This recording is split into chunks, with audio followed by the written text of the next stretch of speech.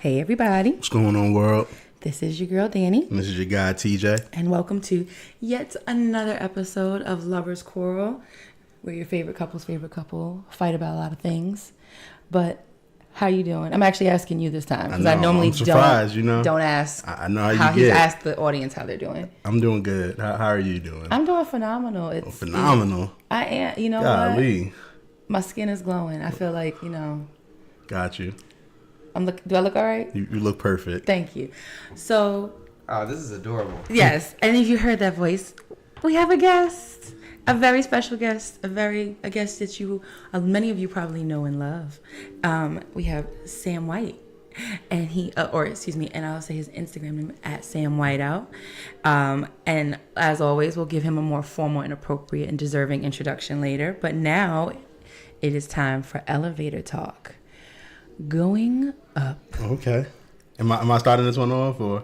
You go ahead. I usually go first, but you go up. So you know my guy, Drizzy Drake Rogers, just dropped his double disc. Yes. Side A, side B, taking it back for the 90s. One side's the do-rag and the other side's the bonnet. That's what I heard. I mean, listen, you can make all the jokes you want. They got the memes you galore. can do all that. Listen, are you a Drake fan, Sam? Yeah, I feel like I am. I can't lie.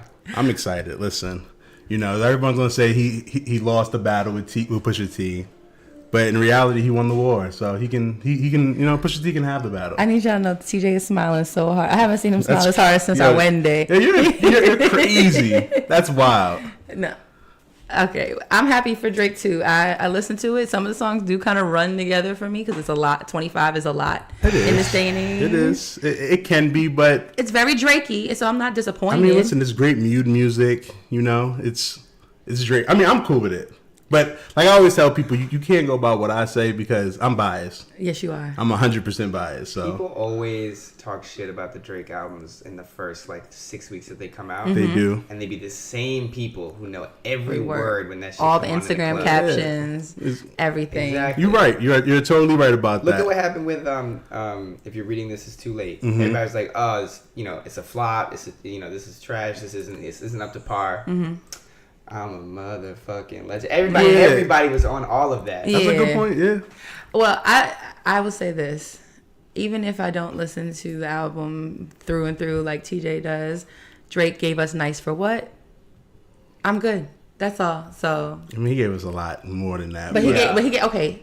Correction. He gave me Nice for What? Okay. Because as a woman, I don't care even if you have the nigga I gotta but I still he gave you God's Plan. I mean he gave you just on this project. Mm-hmm. But his body of work is amazing. Yeah, he's definitely very High Dollar Sign song slaps. That joint March 14th is great. I like the Blue Tint. I like Blue Tint. Ratchet Happy Birthday. That's the one I like. Is hard. I like Ratchet Happy Birthday. In My Feelings is gonna be the next hit. Emotionless.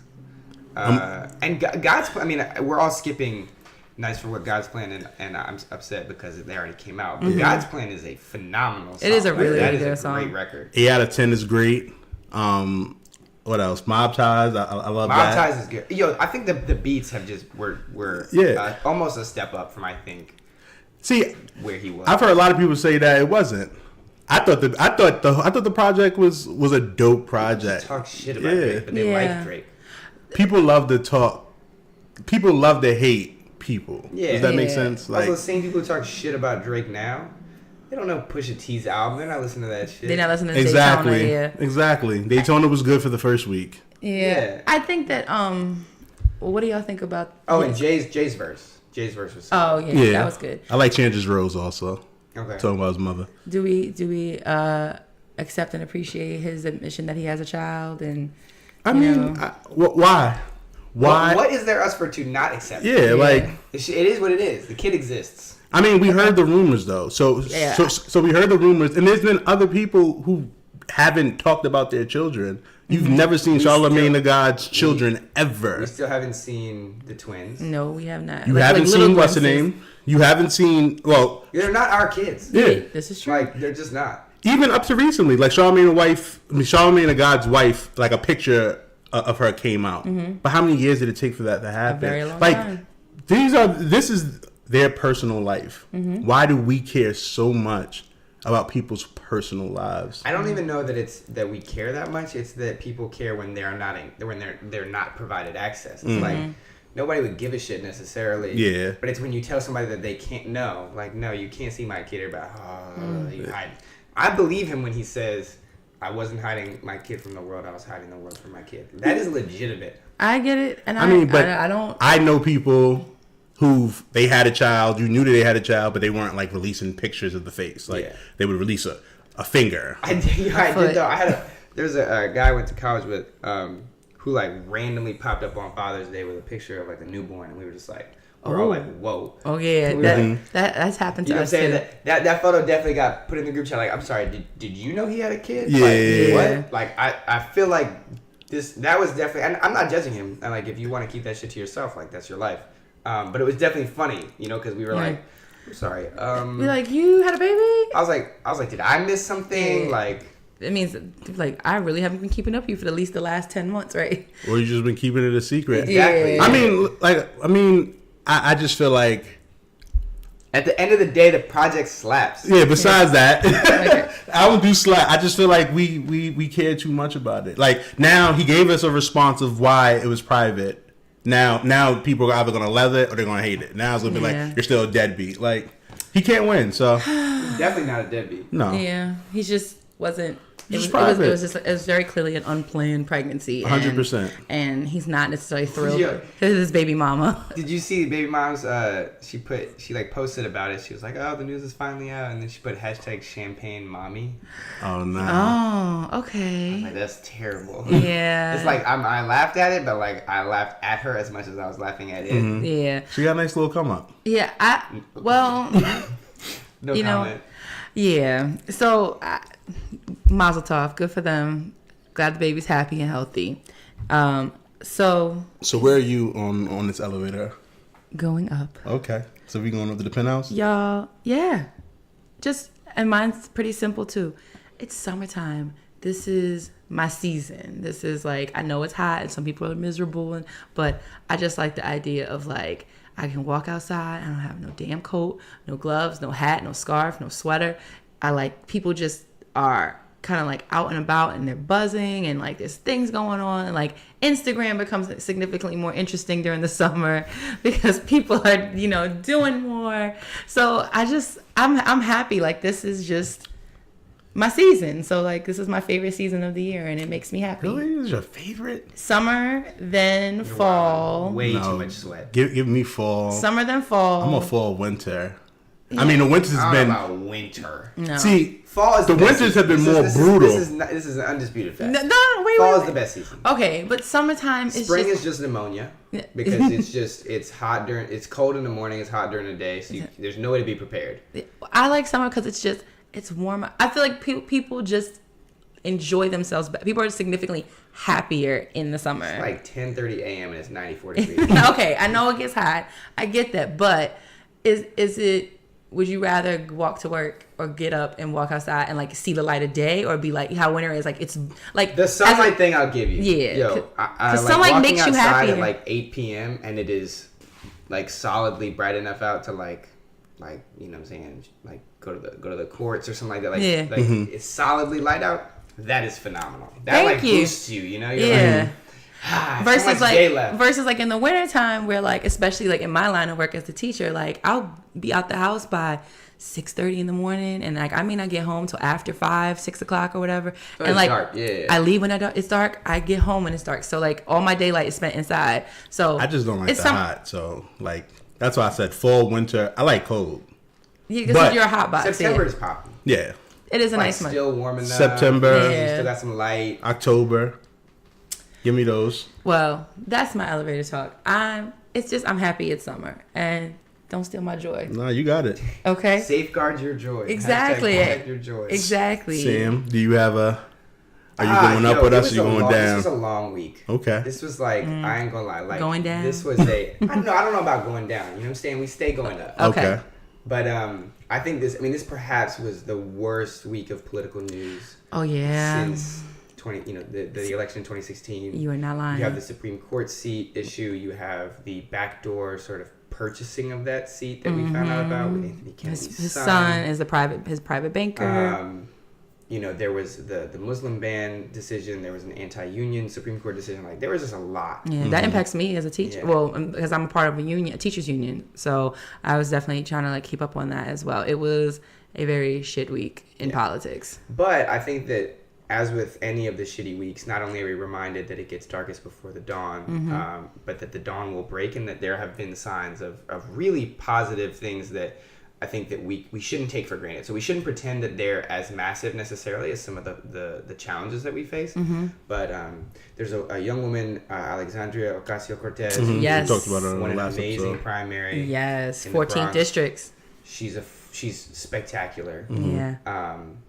And I think so that's, I think, is a huge victory. And then, you know, yesterday in 750 cities across the country, in all 50 states, people marched to say that families belong together, to say that human rights matter no matter which humans we're talking about. And that is encouraging. It's not an end-all be-all situation. It's not you know, today is not necessarily practically, logistically better than it was yesterday, but we're getting there, right? And we're seeing that people care. There was one thing I saw. There's a town in North Dakota, population 27 people. Wow. 15 people came out to protest. Wow. Right? And that says something. They could have they didn't need to do that, right? But it was about sending a message. It was about saying that I'm willing to stand up in whatever ways that I can, whatever that may be. Yeah. And it shows that people in those like that flyover country that we chalk up to being very like leaning right. Yeah. That they're not all like that. So I think that's a good point. For sure. And I was certainly proud to march, you know, down at the Brooklyn Bridge and participate. That's dope. Yeah, and 27 people in this town. Yeah. I have more kids in my 7th grade homeroom. Like, I bet you do. Yeah. Like that's really, really small. And I'm not gonna go too far into it because I get very passionate about this topic too, especially this whole like immigration and at the border, the separating the kids from the families, because for like the last 3 episodes I've said, like, as a mother, before this I would have been, you know, enraged, but like now as a mother, like it's heightened because that mama bear instinct, you know, kicks in, and I'm just like, no, like, you try to take my child from me, everybody has to die. Like, and it's just, it's so visceral how I feel about this. And like, I couldn't make it to a protest, but I made sure that like I donated to Races. Yeah. Races is an amazing organization. Yeah. So like, you know, on my teacher salary and everything like that, I'm like, but you know what? I can spend $15 on whatever. I can put $15-$20 to that, and I donated to like the ACLU, just like every here and there. And we're seeing, I think, a change in the way that even though the campaign finance reform laws are not where we need them to be, like you look at someone like Ocasio, and I think it was 70% of her donations came in donations of $20 or less. Yep, I think it was like $22 was like the average or something like that. Yeah, that's huge, because it's just like, and she's not taking any PAC money. Yeah, it says a lot, and I think it says a lot about the way that people are starting to shift their understanding of what civic engagement means and what contributing means. So I don't, especially like me, people are always, you know, I always have a friend doing this fundraiser, a friend doing that, you know, like, and it's like, okay, I don't have, you know, $100 to drop on everything. And I don't always have $20 to drop on everything. Nope. But I know that $20, when I'm able to put it somewhere, is actually contributing. I don't feel guilty about not being able to give more $2,500. Yeah. You know, and I think having that's those important.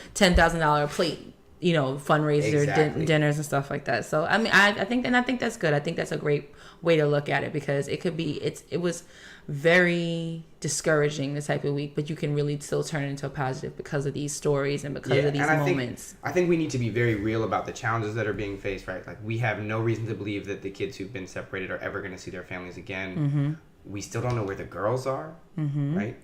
And like, there are a lot of concerns about trafficking, kids just showing up with paperwork, with no paperwork, right? Are there kids who are dying in these camps? But at the same time, there's really no option other than to press on and continue to fight, because otherwise we're sort of resigning ourselves to it. And I think that yesterday was a great sign of that, right? People saying, I'm not going to let this bad week of news, or this month bad week, or this year and a half, you're not going to stop us. You know, you saw a shooting at the Capitol Gazette in Annapolis. Yeah. They put a paper out that night. Yeah, they sure said did. you can literally try and kill us, and you will not stop us. Maxine Waters got up on stage and said, "If you're gonna come at my neck, you better shoot straight." Yeah, exactly. Because there's Queen nothing Maxine. more aggressive than a wounded animal. And the fact that Maxine Waters is standing up to this administration more than anybody else in the country. Yes, 100%. By herself is in so many ways, because in the same week that many Democratic leaders, told her that she needed to be more fucking polite. No, because she didn't tell anybody to be violent. She said, no, you confront them. Yes, you continue to confront them if you see them. Quite honestly, being that we live in Baltimore, so we're only like 45 minutes outside of DC. I kind of, not that I go there often, but like part of me wishes I would like encounter somebody. Like, just in general, and just be like, how dare you? Like, Mitch McConnell, how fucking dare you? Paul Ryan, Sarah could be saying, like, oh my God. But we digress. Yeah. We digress. So, thank you for chiming in on our elevator talk. And now it's time for the relationship tip of the week. And simple, this one always goes to relationships, meaning like romantic, friendships, family partnerships, whatever, whoever you're close with. And I feel like it's pretty straightforward.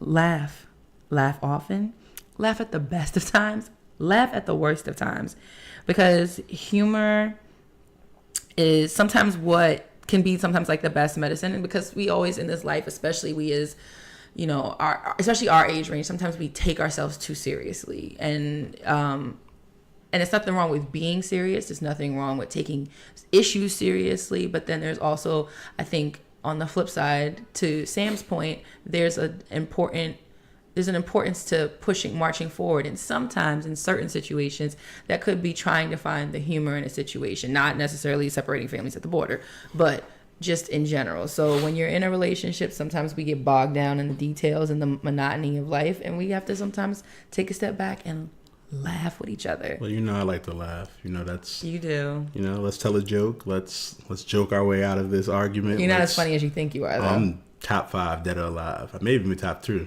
Top 2 and he ain't 2. Exactly. Hey, and shout out to Black Twitter for real. For being able to take anything and make it a joke. Yes, that's valuable. I mean, sometimes it's a little, but so that's why I'm so glad that they have Twitter introduced bookmarks. Mm-hmm.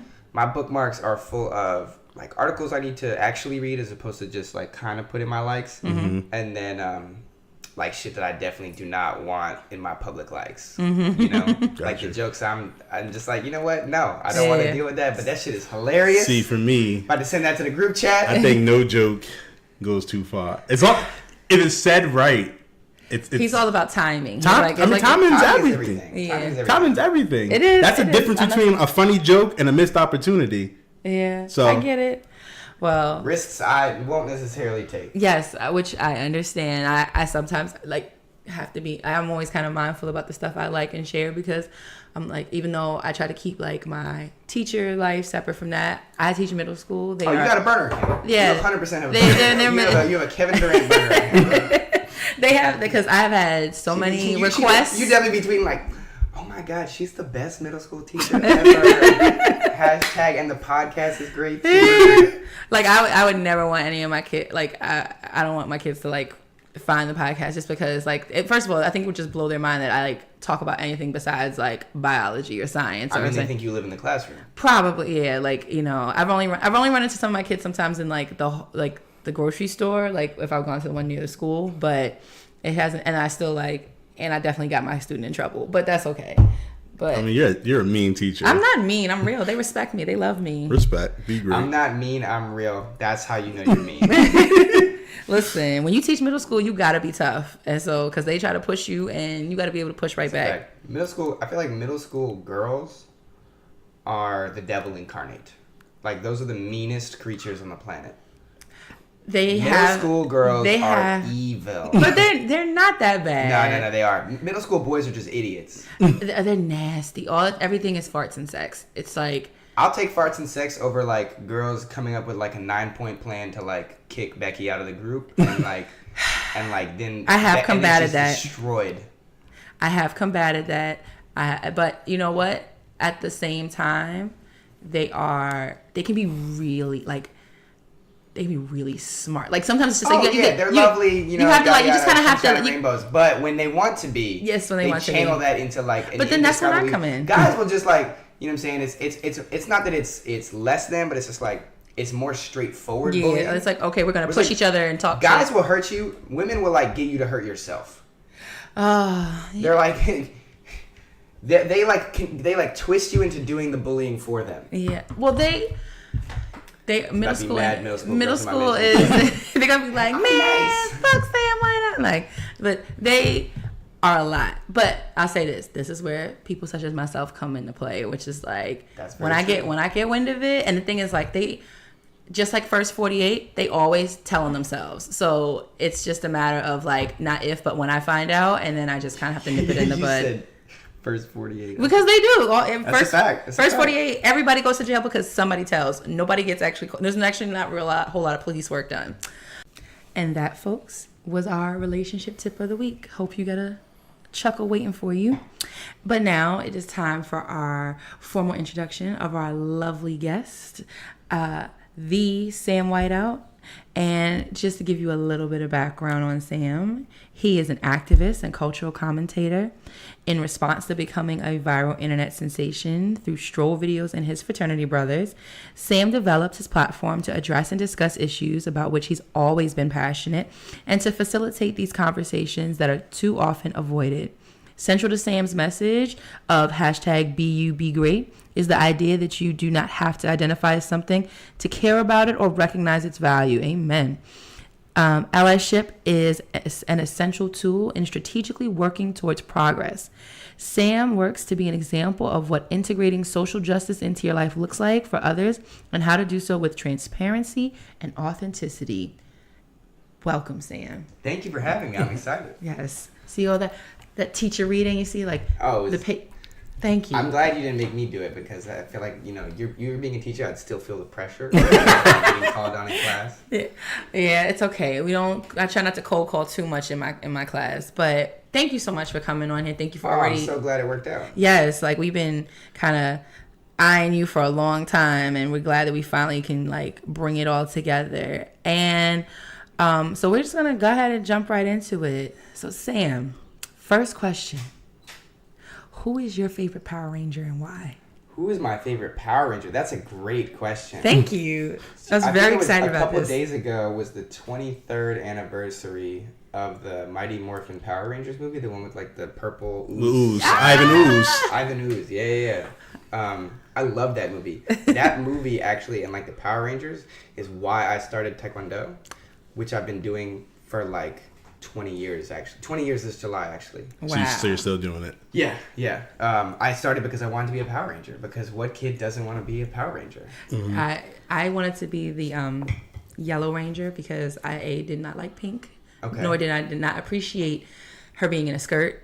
I thought that was just not really sexist. Yeah, a little sexist, and I just felt like it wasn't logical. It was just like I'm kicking butt, and I mean Xena did it. Yeah, you're right. But, fair. But now you're right. I used to want to be the red, and then my cousin George, because he was older, he was the red, so I was the blue.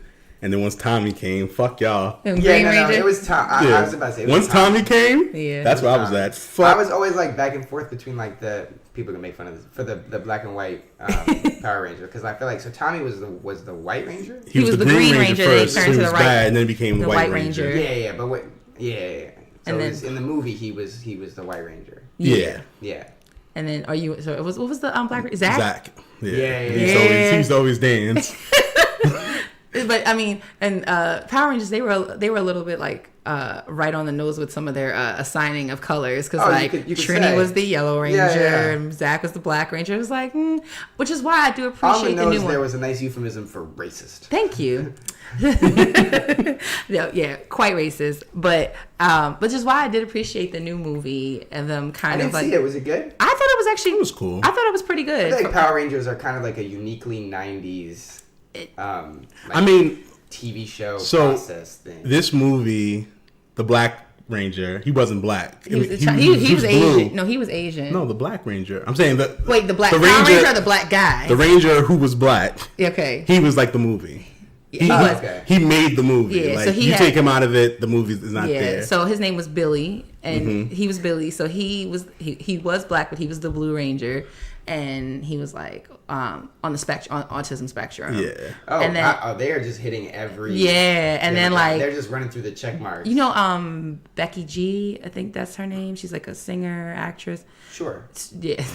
So she's like, pretend I do. But yeah, so she was like the Yellow Ranger, but she's like Latina, and she was gay, bisexual. Bisexual. Okay. Yeah, because it was like there was like a. They are literally hitting. They were hitting. They were going. Inclusivity, demographic. They were going for checking all the boxes. Exactly. Yeah. So for that reason, I not for that reason alone, but it was like all things considered, like it was a cool movie. Nostalgia, and it was cool. It was a movie pass movie. It wasn't a go pay $20 to see movie. Yeah, but it was like it was our childhood. Like, so I was gonna go see it. So regardless. Tommy and Kimberly, the original ones, they like make a brief cameo in I it. bet they do. And so like of course like on some people, like Star Wars shit where like Luke and whatever show up. Yeah. So like we like as like the 30-year-olds in the room could be like, oh shit, there's Tommy and Kimberly, and I'm sure like the Tommy 14 his ponytail. Yeah, his hair's short now, but his Now I gotta watch it. I gotta I'm about to I gotta bootleg it on. All things Fire considered. Stick. Exactly. All things considered, it was not a terrible movie at all. It was better than Uncle Drew, I guess. Oh, it was definitely better than Uncle Drew. Uncle Drew's. Uncle Drew was so bad it was good though. It was like so bad it was funny. I was there for the basketball. Like I wanted to see a basketball movie, so that was it. Yeah, I mean, other than that, you can keep it. Well, I'm glad that we discussed our favorite Power Rangers because I think that brought us all together. Amen. You want to go ahead, babe? So depending on how a person was introduced to you, they may perceive you a certain way. But in your own words, who is Sam White? Oh,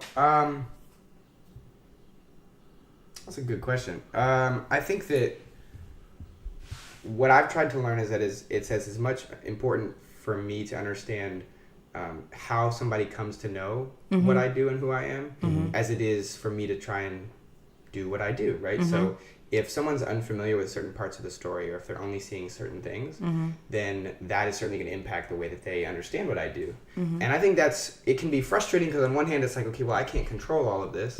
On the other, it's encouraging because it's something that I can always continue to get better at, right? How can I do the best job possible at making sure that people see all the different things that I'm doing?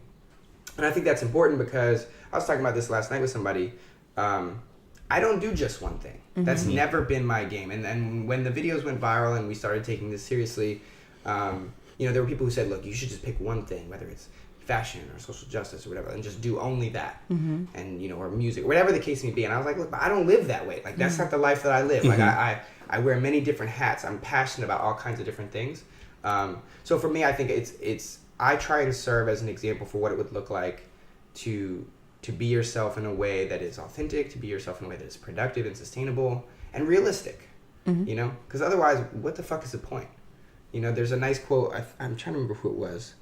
I can't remember whether it's Oscar Wilde or Mr. Rogers, which is an odd pairing in my head. But it's, why try and be anybody else other than yourself? Because everybody else has already taken something to that effect. I almost want to say it was Mr. Rogers. But it could be both. Yeah. I think that's kind of the way that I approach it. Gotcha. And so, hopefully I'm not doing too bad of a job. I don't think you are. So, did our homework. Okay. And you mentioned in your bio that you grew up in a household where social justice was always a topic of conversation in one way or another. What was your first memory of, like, taking a stand in something that you believed in? And I asked that because I remember the first time I ever like stood up for someone else, like, and I was in the first grade, and it was like very small moment, but it always still like resonates in my head 25 years later. Like, I remember sticking up for this girl in my class because they were berating her, and I'm curious to know, like, what was that moment for you? Could be something small like that, or even like a movement. Yeah, that's a great question. It was actually something I was thinking about recently. So it's kind of give me a little bit of rope here. It's a little bit of a background story, but my dad always used to call me Superman, right? And as a kid, I didn't even really register it until like high school or middle school when a couple of my friends were like, "Why does your dad call you Superman?" Because he would use that as a nickname as casually as he would say Sam, right? Like, oh, Superman, like, hurry up, we got to go to school, or hurry up, you know what I'm saying, or there's a lot of hurry up, you know, whatever the case may be. And so I asked him about it, and it turns out that when I was in pre-K, he like was talking with my teachers, and they said that apparently, so goes the story that, you know, I had sort of a group of like 2 or 3 girls and I who were friends, and we would hang out and play together during playtime. And whenever anything happened to anybody, whether it was they fell down or there was an argument or there was something, before any teachers or anybody else would get over there, you know, me leading my little crew, right, we would just run over and just make sure that everybody was good. Aww. And I have no recollection of this. So you're saving the day. I have no idea. But it was a story that you know, really resonated, and for a little bit I actually thought it was kind of corny. And then I realized that it was such a perfect demonstration, I think, of the way that I was just raised, right? Like, and it's something that I don't really take credit for, because it was something that I was taught. It was the kind of way that I was taught to be myself. And I think that resonated, whether it was on small issues, whether it was throughout grade school and high school, and then when we get to college and we're sort of doing what we would now identify as grassroots organizing and activism, which back when I was in school, which wasn't that long ago, I mean, I'm only like 4 years out of school, we were just like, this shit is fucked up. Like, we need to do something.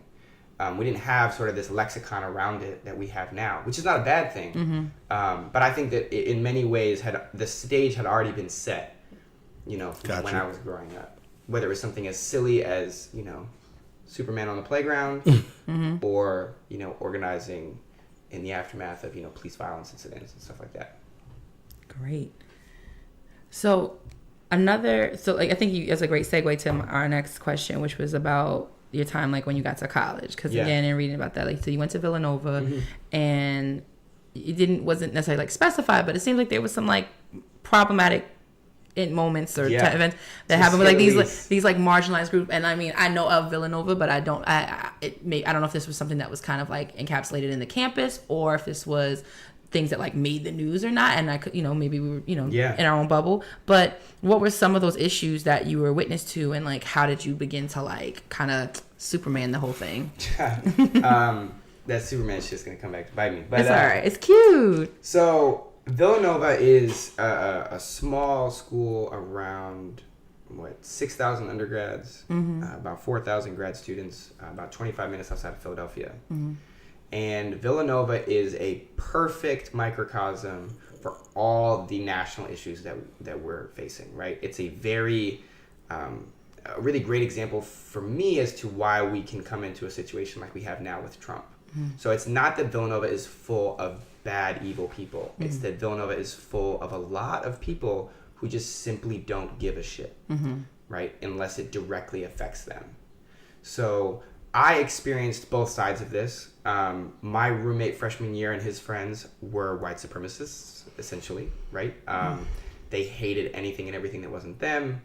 That became problematic for me trying to make friends. It became problematic with trying to sleep, and they would damage my things, and it sort of reached a climax.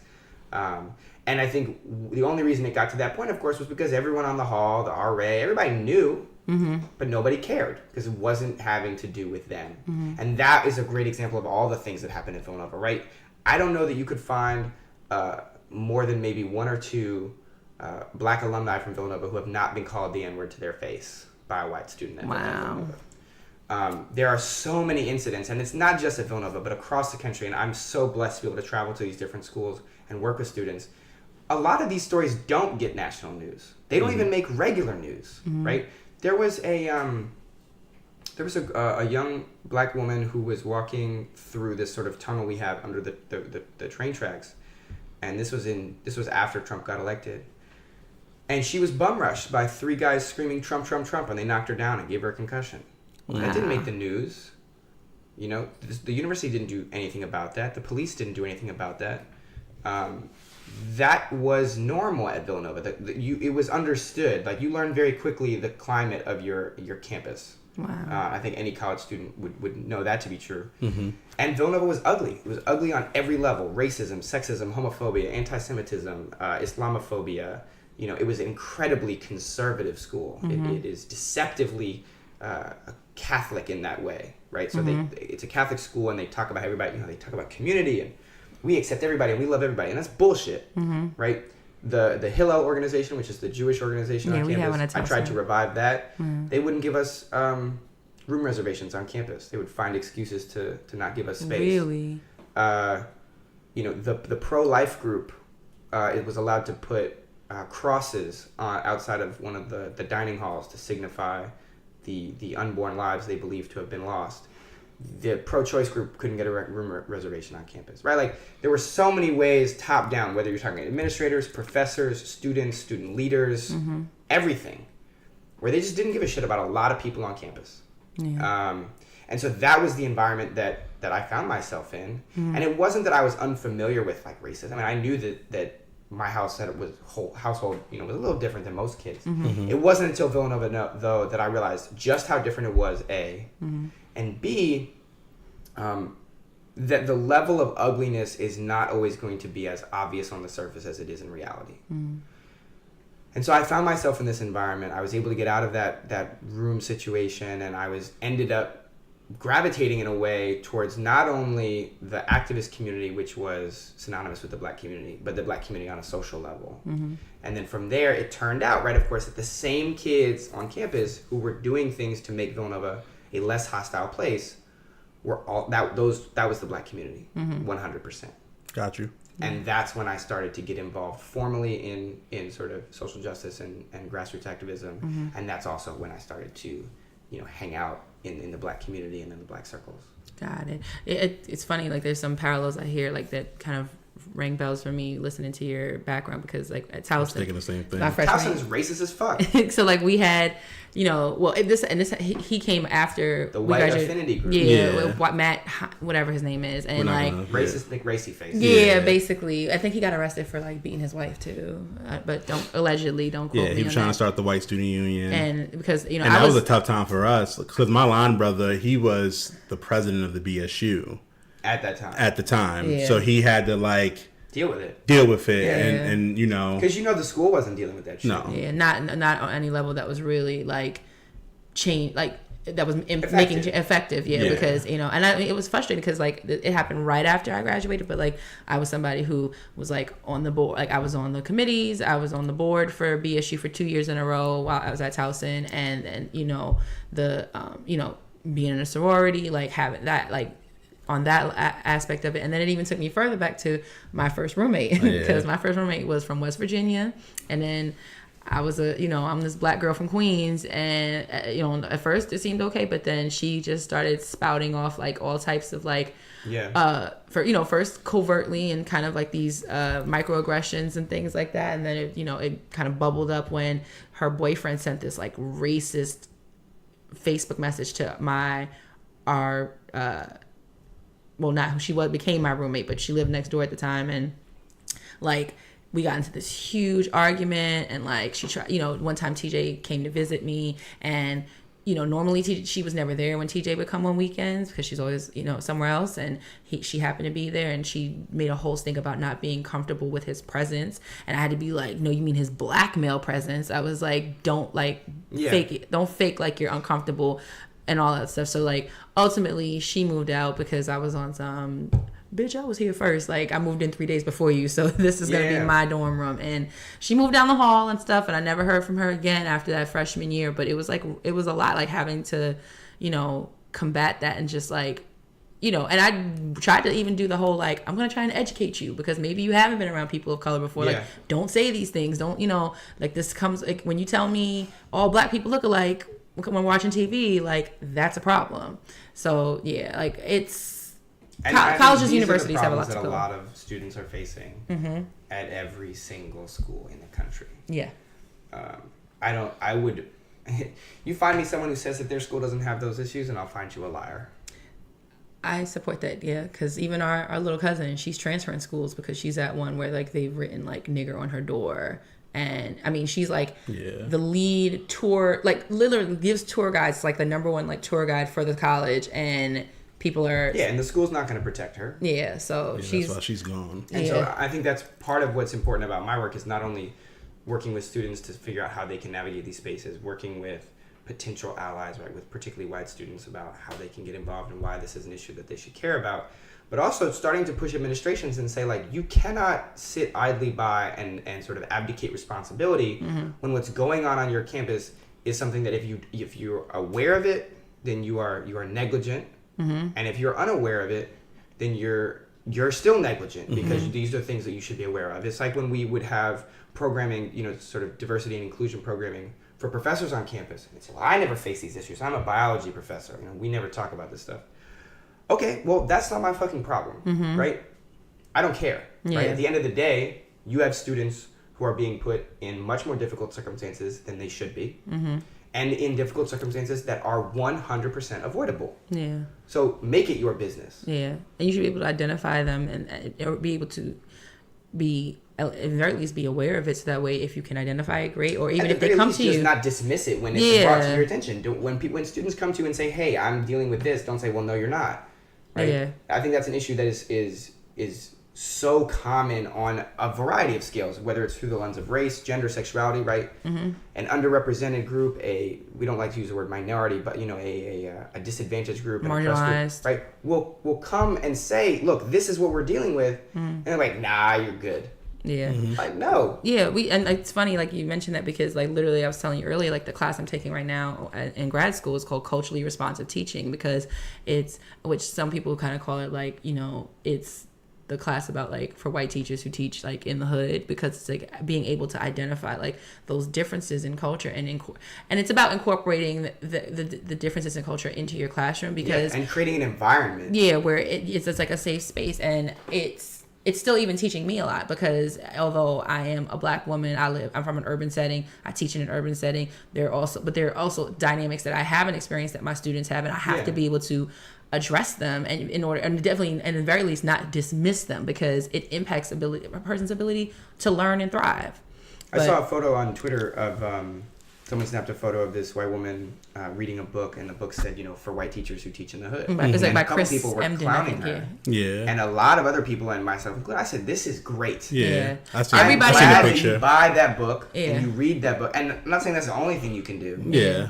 But that shows that you care. Yeah. That shows that you're at least trying. Yeah, and I'll say this from the educator perspective. Every educator that I know, like, that's like way more tenured than me, who knows that book is, like, it's a great read for any educator too. And it's just like, because and like every educator I knew that, like, all caped for her, because they were like, no, like, more teachers should be reading that book than less. And so, like, particularly because cultural competency, when we talk about it from an educational perspective, is not limited to issues of race, Black and white.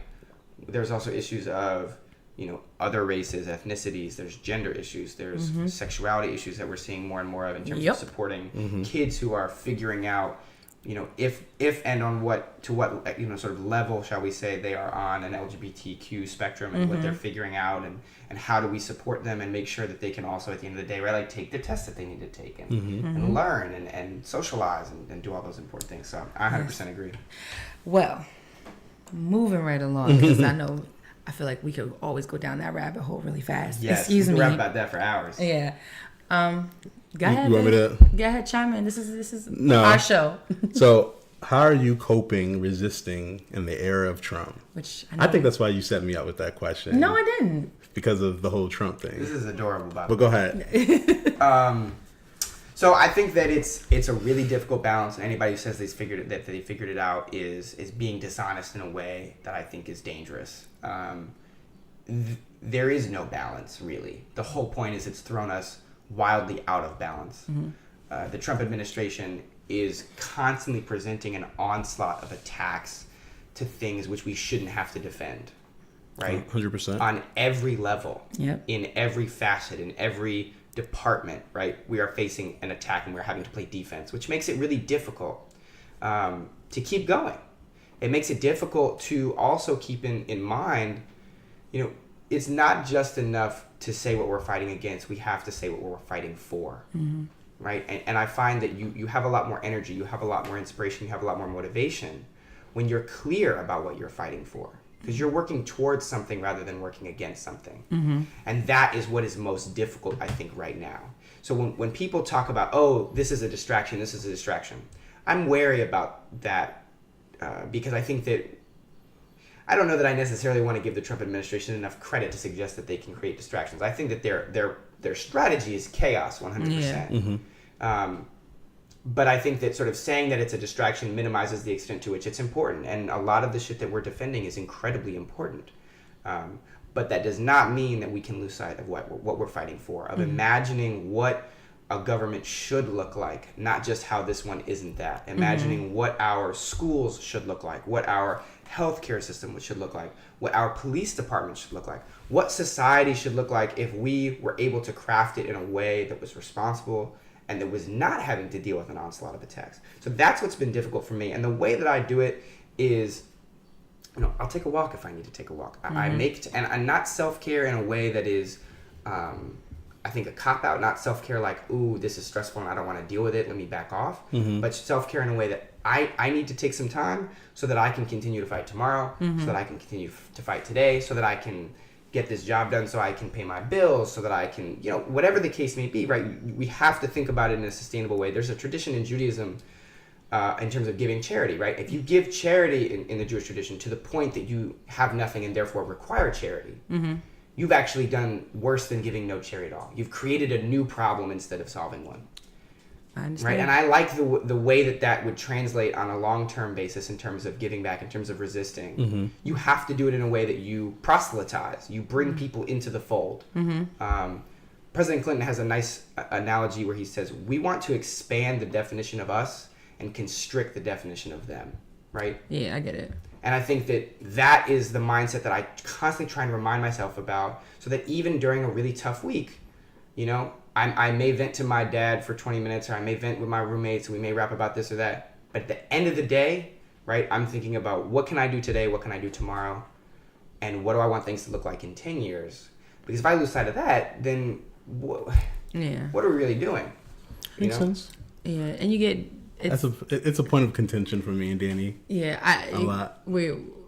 I get very... I do sometimes have to do the self-care where sometimes I have to back away from the news, or not saying I stick my head in the sand, but I get very worked up about it. And so and it's not even a point of contention as far as resisting, because we both agree that Trump is awful and everything like that, and that he needs to be stopped, and there's things that we need to be working towards. I think it's just a matter of accepting it for what it is. It's just I don't accept.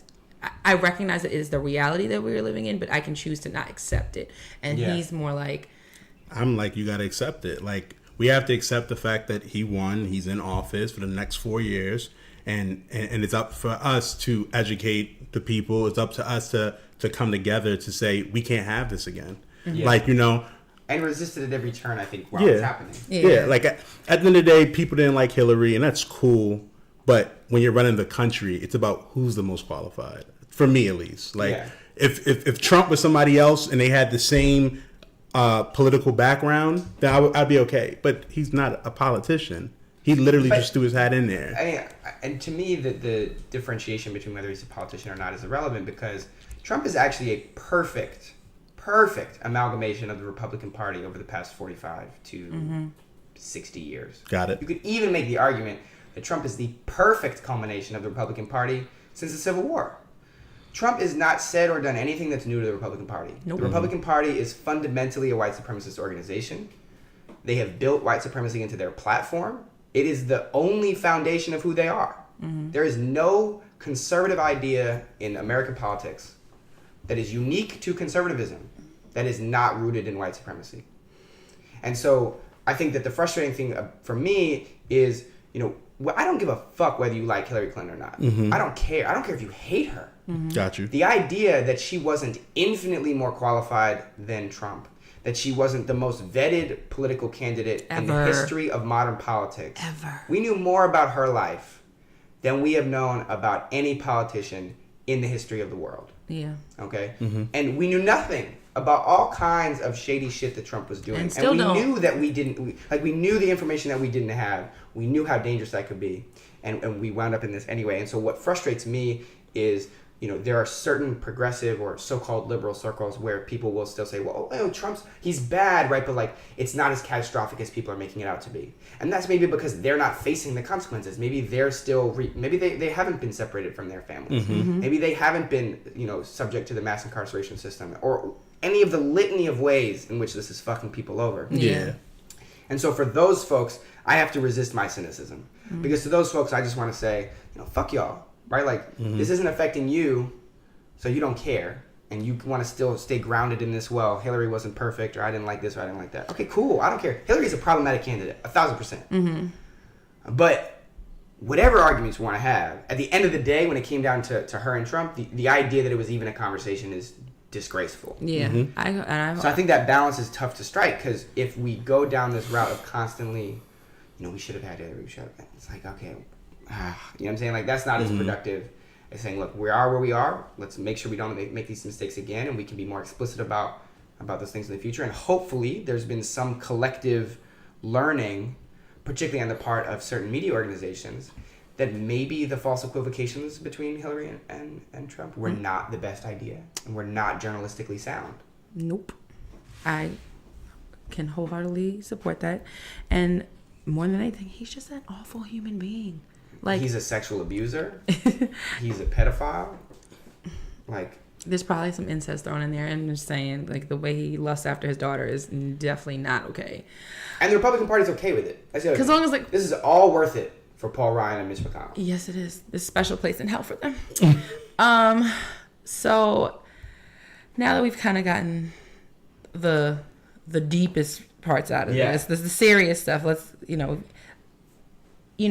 we know that a lot, and for a lot of people, you're going viral, shimmying, everything was kind of their introduction to you. Yeah.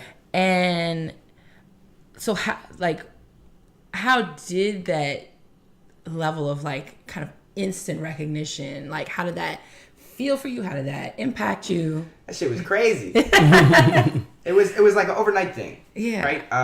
I mean, people knew who I was a little bit in certain circles before the videos. I was really active on the Yard. I was really active on other campuses. And Philly has a very communal environment, so I would do a lot of Penn and Drexel and Temple and all this other stuff. But then all of a sudden it went from like... just locally. Like people kind of, maybe I might be mixing in a group chat, and with some Greeks or something like that. And then all of a sudden people are like stopping me on the street. And it was really jarring, and I was really blessed to have really close friends who I could kind of figure this out with. And so sometimes they'd have to tell me like, they'd be like, Sam, this shit is, you need to grow up. You know what I'm saying? Like, this is your new normal. So get used to it. You know what I'm saying? There's no point, there's no respect in sort of that false humility of like pretending like this isn't what it is. So just be real, you know what I'm saying? And figure out what you want to do with it.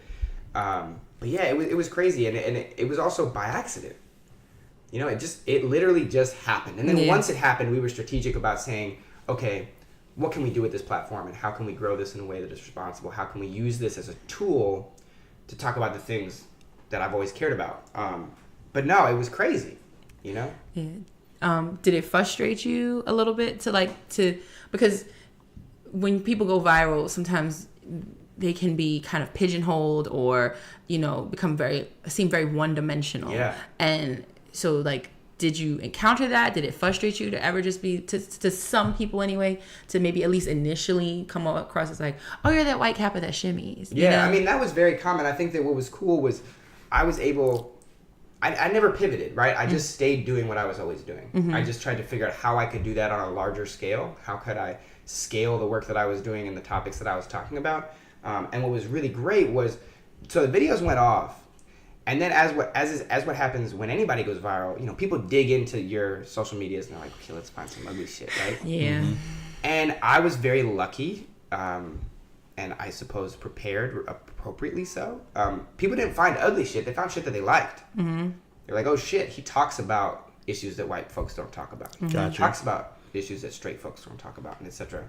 And so then I was in a position where people were curious and they're like, I don't get it, right? Because I think in many ways, people are like, why do you think the way that you think? How did this happen, right? And then the videos, and like, none of this makes sense. Like, I want to learn more. And that was an opportunity for me then to branch out and to be able to Got you. be myself in a way that was not, avoiding the pigeonhole process. And that's why I think I've been so lucky, because I get to talk about race and politics and culture and music and all this stuff together, because that's how we all come into contact with it every day. Yep. Now, so we're all members of the NPHC. What drew you to Kappa? Like, what made you say? Yeah. It's funny, I get that question a lot. So the cocky answer is, I was born a Kappa, I just had to sign the paperwork. Right? But no, I mean, I think that what happened was, as I mentioned before, right, the activist community and my social circle was the black community at Villanova. Got you. And that community extended to Drexel and the University of Pennsylvania, because a lot of these chapters are city chapters. Yeah. And then my best friend Josh became a Q, and then I started hanging out with his chapter a lot.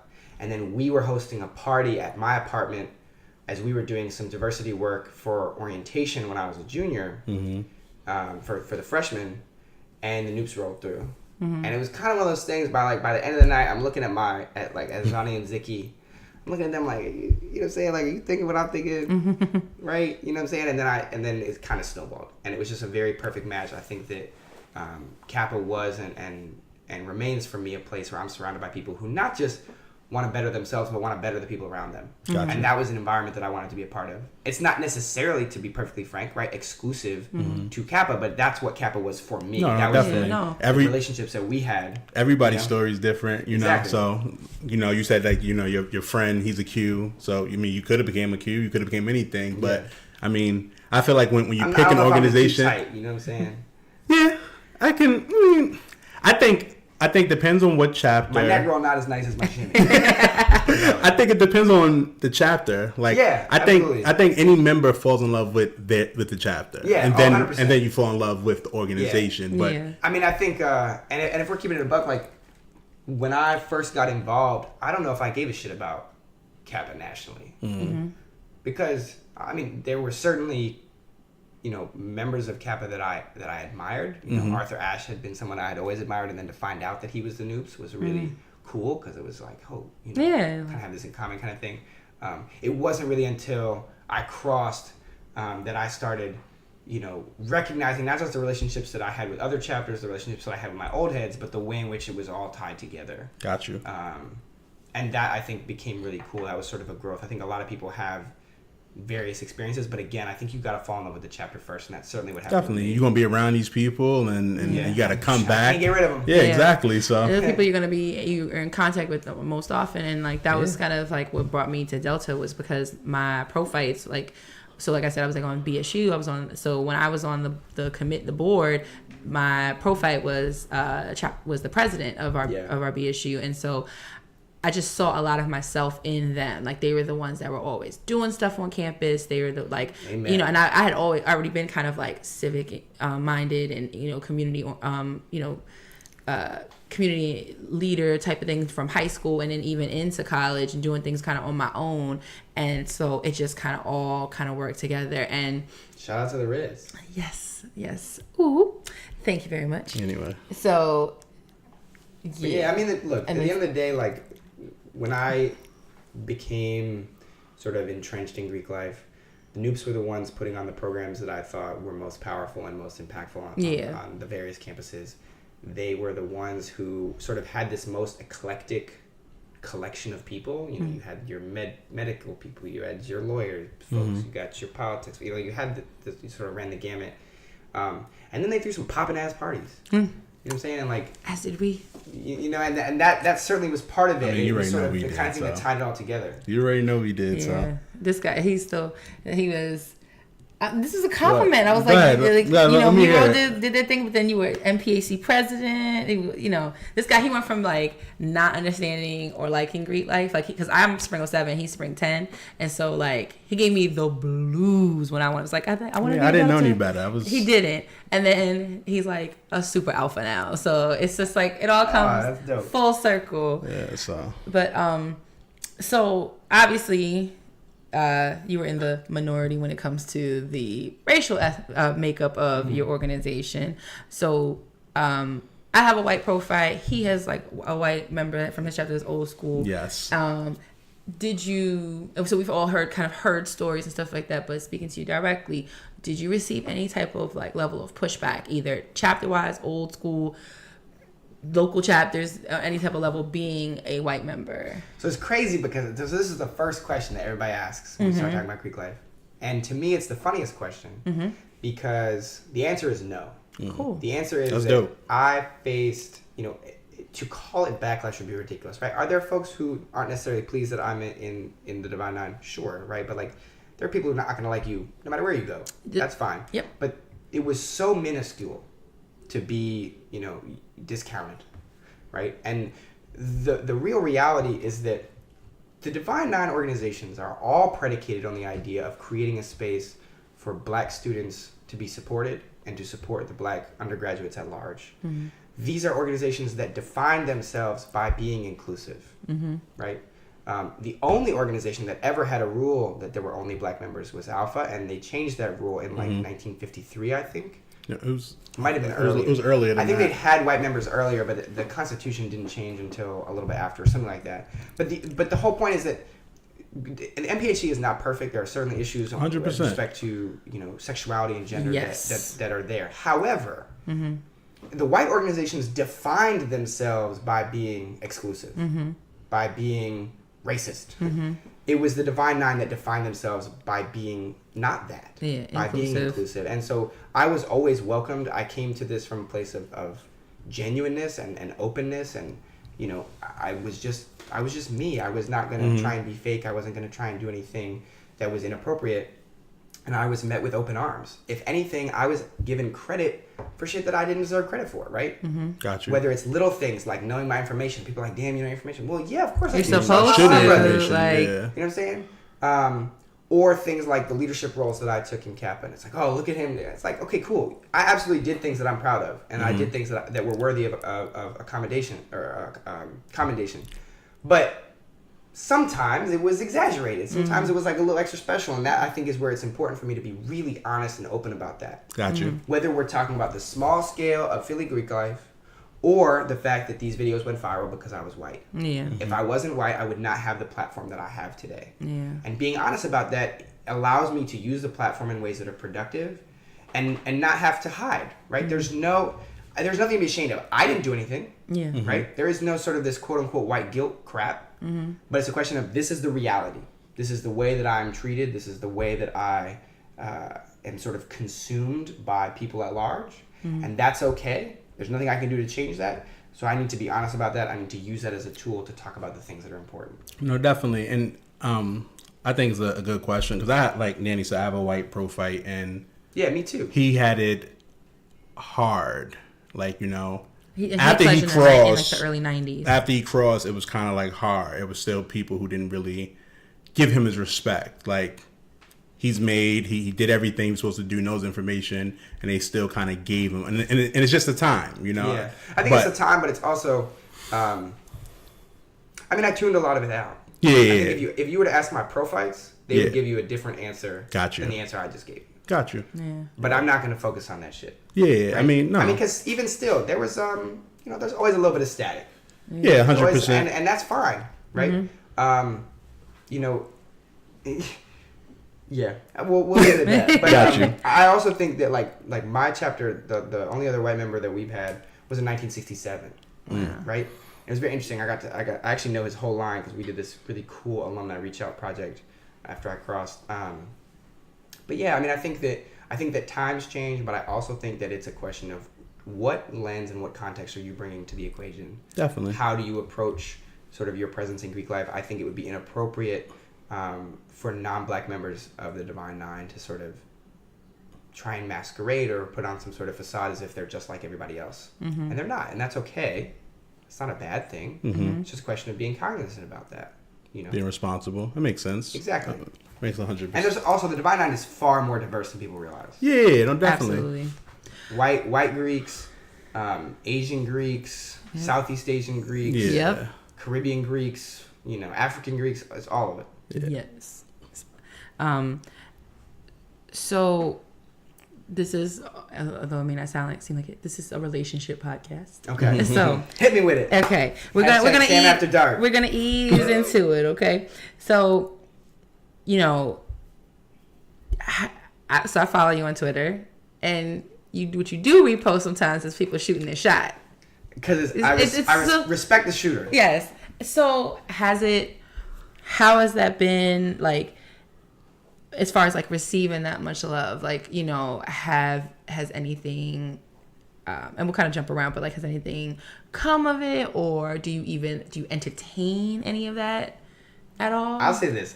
First of all, it's such a great feeling, and I feel so lucky because, you know, I believe in complimenting people. I believe in gassing people up, making people feel good. Mm-hmm. If I can make somebody feel good with my time during my day, then that's not a day wasted, right? Mm-hmm.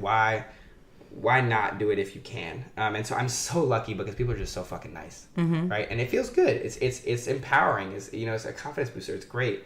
And people are hilarious. People are so creative and nasty sometimes. You know, yes. That shit is funny. And that's what I like to do with Twitter. I think Twitter's a great platform where you can have fun. You know what I'm saying? I can go from talking about nuanced policy on immigration reform to, you know, respecting the shooter when it comes to shooting a shot.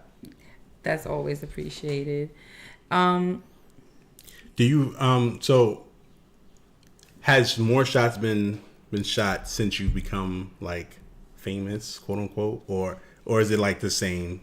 Oh, it's definitely more. Gotcha, I mean, the scale is just it's a different, that much higher. Gotcha. You know, the cutest thing is when people they'll hit me up on Twitter or on Instagram and they'll be like, I just saw you at, you know, wherever. And I'm like, yo, like say hi. Like I'm not. You know what I'm saying? And sometimes it's like a misconnection or, you know, people are a little nervous. But no, I think it's wonderful and it's certainly amusing. Yeah, and I think I get it because people are like if I didn't meet you the way we met in like a more like a setting where it was kind of maybe appropriate to speak because you were hosting something. So you were on people like hesitate at like the grocery store and shit. Yeah, because like you're just doing your day. But your day to day. You know, I never mind when people say what's up. I kind of, you know, if I leave the house, like, you know, I'm down to talk to folks. I love talking to people and meeting people and you know what I'm saying. So it's great.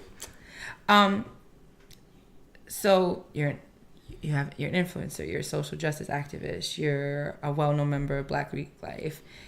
So when you're always working and moving towards something as far as your beliefs and making a living off of doing that. But then it's just like, where do you find the time for Sam to have a relationship?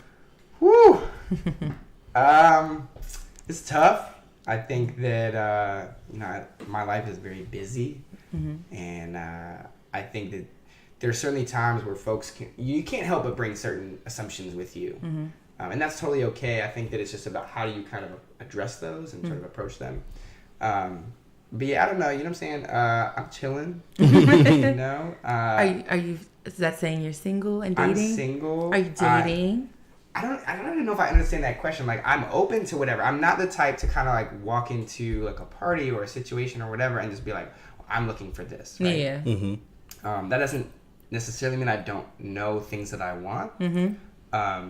But nah, I'm chilling, you know what I'm saying? Okay. What has been the biggest roadblock to finding something meaningful?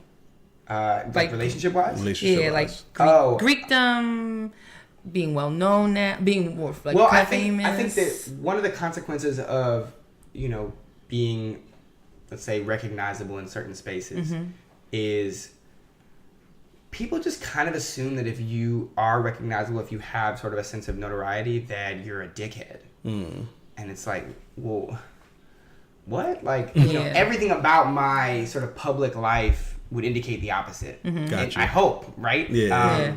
So I think it can sometimes be frustrating because I never cease to be amazed by some of the rumors that I hear. Really? You know? Like, there are rumors that I, like, casually use the N-word. And I'm like, what the where did y'all get this, right? Like, what? Like, I mean, I understand that it may be a nice little conspiracy theory, but that's crazy, you know? Whether it's that or anything else, you know, people think I'm gay on the low, and I'm just like, sure, guys. Like, yeah, you know, at this point, just believe whatever you want.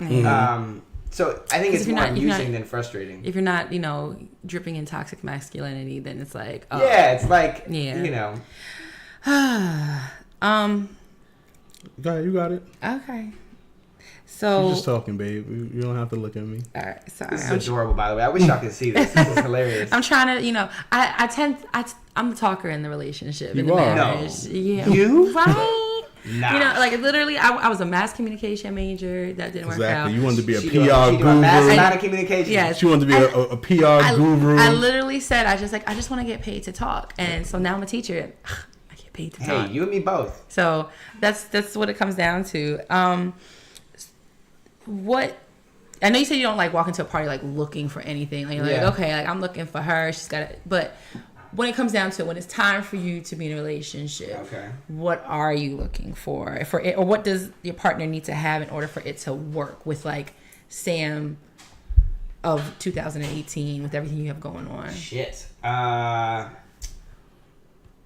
think that one of the things I value most is somebody's willingness to kind of grow with you, as opposed to, like, I think being able to meet someone where they're at and say, like, I'm not sure where this is going to go necessarily, but I'm damn sure willing to find out. I'm eager to find out. And I think that's the cool part, is like growing with somebody and stuff like that. So I don't know that I necessarily have like a sort of checklist of things that I look for.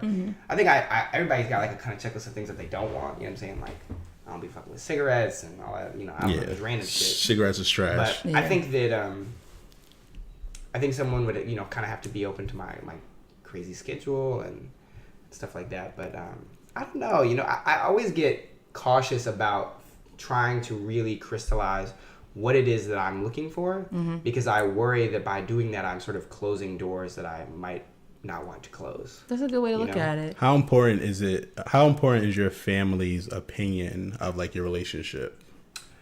So it's really important, but that's also because I'm incredibly close with my family, and I don't think that I would face the same, I think, boundaries or sort of obstacles that a lot of folks will face when it comes to sort of a family's approval situation. Such as?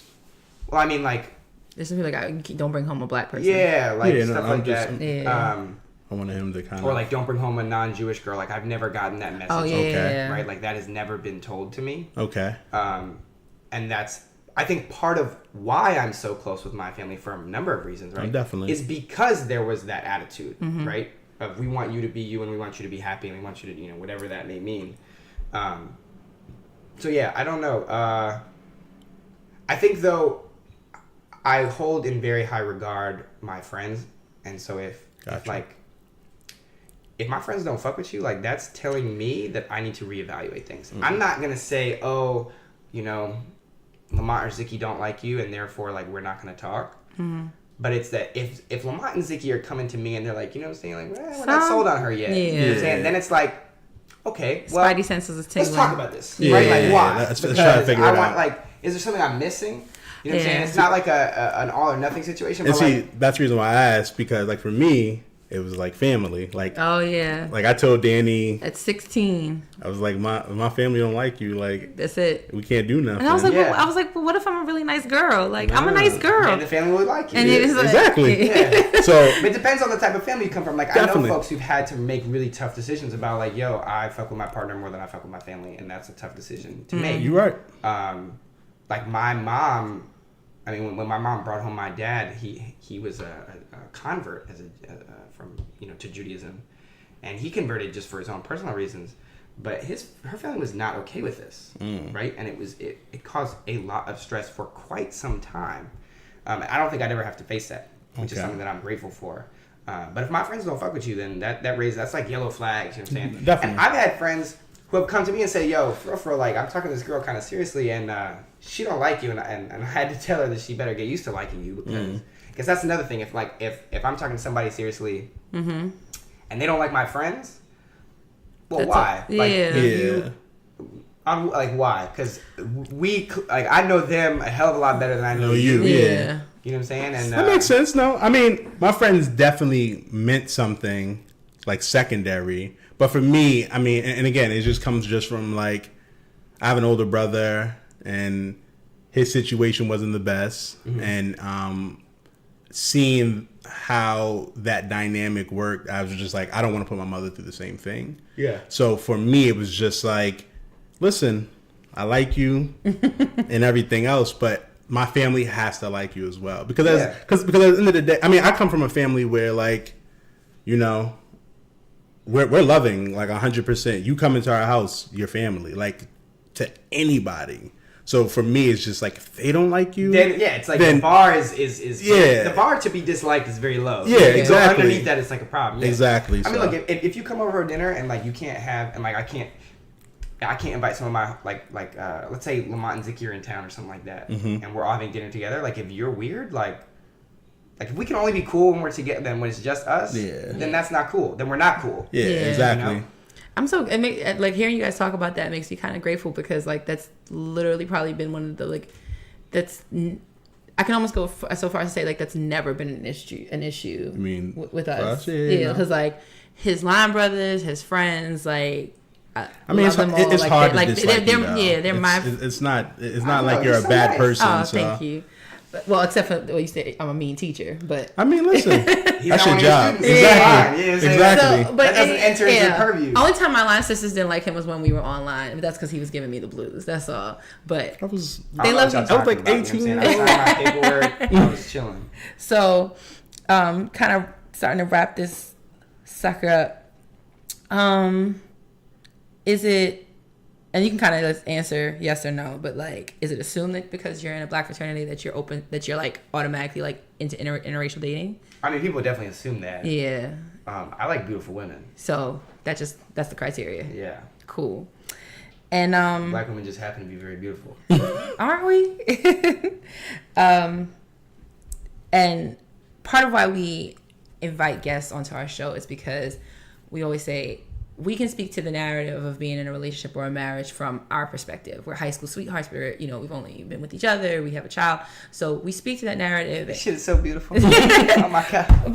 But that's just one lens. One lens, you know, and think about this class. I was just having to watch a TED Talk about, I don't want to butcher her last name, but she was the one that did the was on Flawless with Beyonce, the self-titled album. Adichie, Nigerian woman. Yes. So she just literally talked about the danger of the single story and how like if you only have one narrative, like you don't see where you fit in there. And so this is why we invite people on who do different things for a living and how it impacts their relationships. So in a roundabout way, our question to you then is just like, in your experience, what is the best thing about where you are as far as like your openness to relationships, and what's maybe like the more frustrating side to this? That's a great question. So I think the frustrating thing is that, you know, there are certainly some assumptions that I just would rather not have to explain, but it is the way it is, right? At the end of the day, I always remind myself that I signed up for this, right? The videos went viral and I chose to continue to post them. I chose to continue to try and develop the platform in a way that was responsible. I could have just disappeared. Could have just, you know, faded into obscurity. Yeah, exactly, and that would have been fine. That's not the choice that I made. It wasn't the choice that I felt was responsible and one that I wasn't going to be comfortable with. And I knew that there were going to be, you know, downsides. You know, nothing is perfect. So I try and remind myself of that. But I think that it can definitely be frustrating sometimes because, you know, I might meet somebody and I'll think everything's fine, and then I find out, I don't know, like 6 months later or something like that, that they, you know, detested me because they heard I said something, this, that, or the third, which was totally untrue. I'm just like, well, and it's not the kind of thing you can't let it weigh on you. You just gotta let it roll off your back because, like, I'm not about to, you know, hound down every person who's ever heard a rumor about me that's not true. I think the best thing though is I'm in a place where I get to meet so many people. I get to travel the country and meet amazing people, and whether it's romantically or otherwise, right? Just being able to meet new people, to hear their stories, to learn about where they're from and what they love and what they care about and what they work hard on and what frustrates them, right? And that is, to me, the joy of the work that I get to do, right? That's the selfish part, because, you know, the giving back is amazing. You know, I'm proud of the work that I do, but from a selfish perspective, I love to hear new stories. I love to meet new people, and to me, that can only mean that there are therefore infinitely more opportunities to find romantic relationships, right? That there is infinitely more opportunities to find someone who, you know, you kind of have that magic with. And that is an optimism to me that is that I'm, you know, that I lean into. I love it. Yeah, that was dope. That's a great way to look at it. I mean, again, it's different from our view. So it's always refreshing. Like you said, you like to speak to people and get different stories. I think for me, it's the same. Like doing this, I'm able to talk to different people. I'm able to ask different questions. I'm able to just see your thinking, because I think one way, you think one way. You may sway me to your way, or maybe like, no, I don't agree with that. You know, or just expand it. Right? It doesn't necessarily have to be an either or, but it can 100%. Be expansion, and that's what's so cool to me. But I think the other thing that's interesting is I'm in a generation where like I live in New York. I'm 26. I'm single, and it's okay. Yeah. Like if it was 1984, even if you're in New York, but if I was in, I don't know, some small town or something like that, and I was 26, it'd be like, all right, time for babies. Yeah, like, Sam, what are you doing? And that's okay. That's totally cool, right? But that's not me. Yeah. At least right now. You know what I'm saying? I'm so busy and all that other stuff. And you're young. You have so much time. Yeah, you have so much time. I try to remind myself of that. I'm a lot of my professional sort of colleagues and mentors and best friends and stuff, a lot of them are like 5 to 6 years older than me. Mm-hmm. And so they're, like, I can't wait for him to propose. I'm like, girl, I'm not really ready. You know what I'm saying? Like, I'm ready for your wedding. That's going to be fun. I don't know about mine. Yeah. Nope. I mean, before we had Tatum, I thought I was going to have a kid at 25. I'm like, we're going to have a kid at 25. My parents had me at 25. And I started to, like, after 25, I'm like, okay. And now that we have Tatum now, I'm like, I'm glad we didn't have her at 25. I was the one that was like, hard pass. Yeah, like, she was. We are not ready. And that's and okay. It's different for different folks. Yeah, no, definitely. But again, that's what makes us work. I'm the let's go for it, and she sometimes has to be like, no, we're gonna wait here. We're gonna chill, and that helps us balance. But having Tatum at 29, 30, it made me appreciate it. Like, damn, I'm at 30, and it's not even. Yeah. I'm not old. I'm not. Washed. Yeah. My mom was, I think, 31. Mm-hmm. Dad was 32 when they had me. We'll see. Although finding, you know what I'm saying, dating in New York is like trying to find love in a hopeless place. That shit is expensive. Everybody jaded. I don't envy that. Everybody knows everybody. Yeah. I don't envy that because I'll be terrible dating now, just in general. I don't really like going out on dates in New York. I'd so much rather. Like, if we're cool enough already, like, if we know each other, like, I'm not about to invite someone I don't really know over, because that would be sort of inappropriate. But, like, let me cook dinner. You know what I'm saying? Like, let's have, like, a dinner at my house. You know what I'm saying? We'll have some wine. I'll cook. That, to me, that's, first of all, it's 1,000 times cheaper than a $100 date. It is. Right? And I know I can cook, so. Yeah, exactly. Plus, I got, you know what I'm saying? I got to show off a little bit. Yeah. You know? Use all the seasonings. Fight all the stereotypes. The last question. I'm trying to cut you up. But hold on, sorry. What is your end goal, and where do you see yourself in 5 to 10 years? 5 to 10 years. Okay, so the goal is I want to maximize the impact that my platform can have to create the conversations when and where they're not happening, and to maximize the consequences of that. That by talking the talk, we can walk the walk. And that it is only through, doing both that you're able to succeed. And I want to figure out in whatever ways that I can, how do we do that? It might be continuing to speak at high schools and colleges across the country, doing more media work with amazing folks at like BET and Fusion and MTV and stuff like that. Who knows? Like I might go down the podcast route, I might go down the TV show route, whatever the case may be. I just want to make sure that I'm using everything I have in my toolbox to help people, because it sounds super corny, but that is 100% what drives me, right? Like, and the responses that I get are just so fantastic that I couldn't be more grateful about the reception that my work gets. Dope. And maybe going to your own wedding? Yes. And maybe having kids? Yeah, definitely. Not trying to push that narrative on you, but just saying that too. I want to have kids. I'm weird though, so I would like to I'd like to have a child, and then I would like to adopt.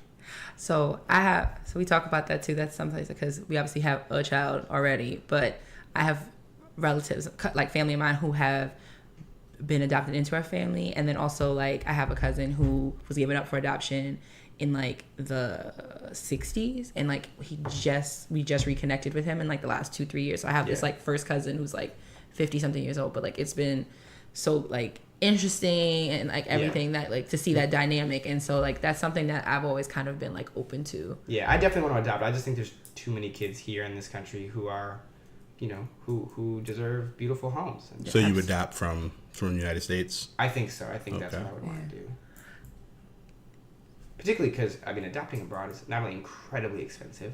I'm not saying it can't be very rewarding, but, you know, I think that it would be nice to find a way to provide for the kids that are here. No, definitely. I mean, I just know that it's like a lot of different rules, so that's why a lot of I don't know the shit. I don't know shit about the logistics. I'm just saying, sort of in my little, you know, hypothetical. I got a couple things about my wedding I want to do. I got a couple things about kids, you know, I want to do. You know what I'm saying? I got a little. It just got. I don't got it planned out like girls be having that shit planned out. But I got a little bit. I got a sense. All right. Well. And with that is the end of our interview. Thank you, Sam. Thank you, y'all. Y'all are the best. And well, thank you. We're about to get into that Lovers Quarrel. And for this Lovers Quarrel, I want us to play a little game, baby. Okay. Do you want to play a game? Is that what Jigsaw says? Something like that. I'd like to play a game. I don't think he says I like to play. Oh, wait. I'm playing myself right now. Hold on. Oh. Let me back up because it is Lovers Quarrel. Go ahead. What do you have this week? I got 7 Mac 11s, about 8 38s, 9 9 10 Mac 10s. The shits never end. You can't touch my riches. Even if you had MC Hammer and them 357 bitches. I'm not going to give everybody everything, but I'm letting you know that's another song that makes me want to fight. Okay. So I'm ready. I like that you're showing it this week. I appreciate you. Last week you was just going. First of all, I could do the whole Biggie freestyle. We know. We believe you. You don't have to. You're a hater. No, I'm not hating. I'm just realistic. Go ahead. This is a little game. So this game is this overrated, underrated, or accurately rated? So if I'm going to give you a topic. Explain. I'm going to give you a topic, a subject, and you're going to tell me whether or not you think that subject is overrated or underrated, or if it's accurately rated, meaning like it gets enough, you know, mention and gets enough notoriety. Can I get like a practice round? Sure. The first one can be a practice one. It's very simple. Go ahead. Pizza. And you said it's either overrated, underrated, or accurately rated. Accurately. I agree. So it actually may be under. It's accurately rated. It may be under. Like, pizza's the fucking best. Okay. Like, you think people don't give pizza enough of its props? I don't think so. People eat pizza all the time. Especially, there's certain places that pizza is very popular. New York, Chicago, stuff like that. But there are some places that they don't really eat pizza like that. Okay. It's nothing like a New York slice of pizza. All right. So, you get the idea? Sure. And the topics range from everything. There's some food. There's some celebrities. There's rock some... out. Okay. I may just ask you again. What they mean? No, which levels. Okay. All right. Overrated, underrated. Well, that's too many directions. Oh, my God. Just go ahead. Here we go. All right. Love. Overrated. Underrated. Avocados. In the middle, whatever that one was. Accurately rated. I agree. Okay. The Kardashians. Overrated. Overrated in what way, though? Every way. I mean, listen, it built a fucking empire off a sex tape. Overrated. Listen. So where do you stand? Accurate? I'm gonna say that they're accurate. Niggas. That's crazy. All right. First off, you gotta respect the hustle. I do respect the hustle. They're still overrated. How's that overrated? You turned a sex tape into an empire. The way people hang on there everywhere, it's overrated. Yeah, but that's how big they are. They turned a sex tape into an empire to fucking lip gloss and lipstick and reality TV shows and modeling careers. You know the whole next generation of their kids, with the exception of Courtney, are black. Oh, you mean like the young ones? Yeah, the babies are all black. Nah, Scott and them got... That's what I said, besides Courtney. Okay, yeah. So maybe that generation will be accurately rated. Nah, they may be overrated. Whatever. New Year's Eve. I love New Year's Eve, but I'd have to say it might be a little overrated. You really think so? I love New Year's Eve, but I think it's overrated a little bit. Or maybe because I'm still waiting to go to my like Great Gatsby-esque New Year's Eve party where like... I may go with you. I haven't had like an amazing... New Year's. It's just always kind of been like... It's like, what are you going to do? Yeah. Where are we going to go? Last year was cool though. We were in Vegas. We were in Vegas. That was cool. Yeah, with the fam. So... All right. So now we're going to kind of like rapid fire. Okay. All right. So we were left off in brunch. Underrated. Brunch is underrated, you think? In 2018? Everybody goes to brunch. Nah. Everything is brunch.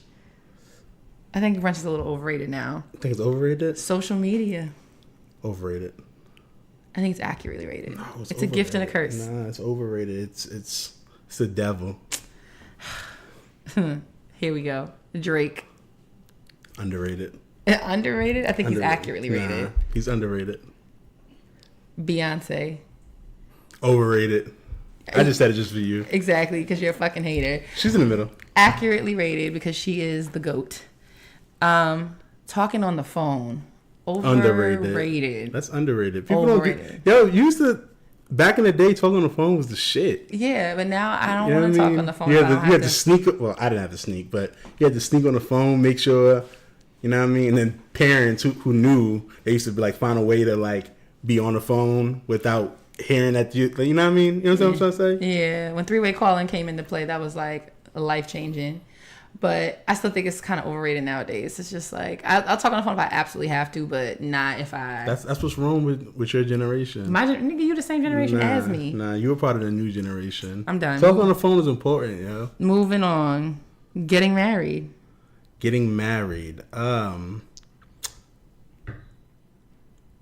was the three? Overrated. Overrated. Underrated. Accurately rated. I would say it's accurately rated.